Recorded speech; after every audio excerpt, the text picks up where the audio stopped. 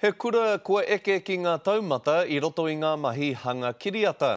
Kua riro I etahi tauira no te kura o Hiru Hārama I te tai rāwhiti, te tohu reo Māori, tikanga Māori hoki, I te whakataetai hanga kiriata e kia nei ko The Outlook. The winner of this year's Te Reo and Tikanga Award, ka riro te taonga nei, kia, ko hikurangi te maunga, ko waiapu te awa, homai te pakipaki, te kura o Hiru Hārama.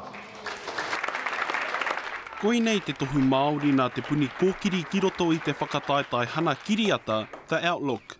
He mea riro ia Hiru Hārama moana kiriata e rua, nā rongo kino me e oho te wairua. Kei te ora te kura Hiru Hārama I naene.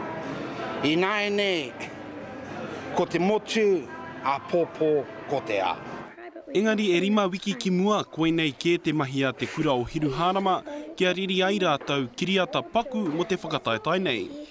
Aha koa I te tua whenua o rua tōrea tēnei kura papaku, he matatau tonu ki ngā hanarau o te wā. We really enjoyed doing our animation and sometimes we got tired and grumpy. Ko te kiriata tuatahi e oho te wairua, he kiriata uku, ko te nako, ko te wairua kua ngaro I tō rātau marae. It's so lonely these days. There's no one here anymore.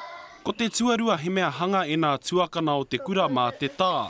Ko te kaupapa nā rongo kino, he whakaari ake I tō rātau tipuna I a karipori, ia I haere ki te pakanga tuarua o te ao. I'm going to miss you, brother. It took us about 3 to 4 weeks to prepare everything for the movie.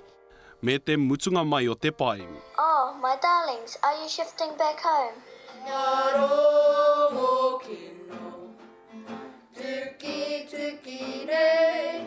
Mā te hono I nā waiata nā tikana ki nā hanarau o te wā, kua whai haerenga nā tamariki nei ki tā maki makaurau, kia whakahonore tia rātau mua rātau kiriata paku.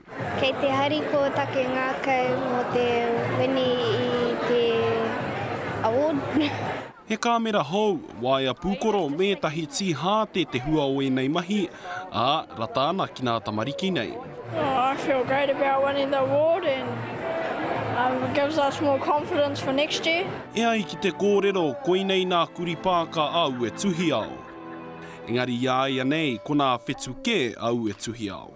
Rapaira tā whai, te karere.